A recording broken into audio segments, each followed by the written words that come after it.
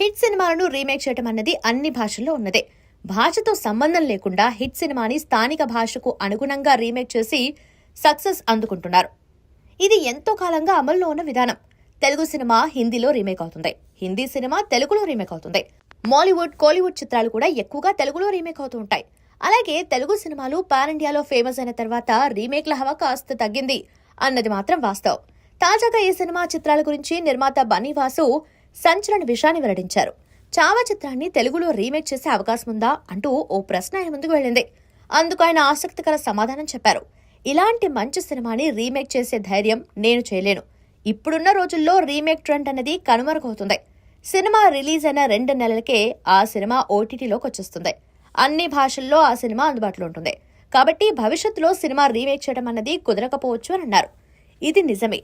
Cinema hit అయితే 6 నుండి 8 వారాల తర్వాత ఓటీటీలో రిలీజ్ అవుతుంది. ఇది ఓటీటీ నిబంధన. ఒకవేళ ఫెయిల్ అయితే 2 వారాలకే స్ట్రీమింగ్ కు రెడీ అవుతుంది. అలాంటప్పుడు సినిమాను రీమేక్ చేయడం ఎలా సాధ్యం? సినిమా రీమేక్ అవ్వాలంటే ఆ హిట్ సినిమా ఓటీటీ బిజినెస్ కి వెళ్లకూడదు.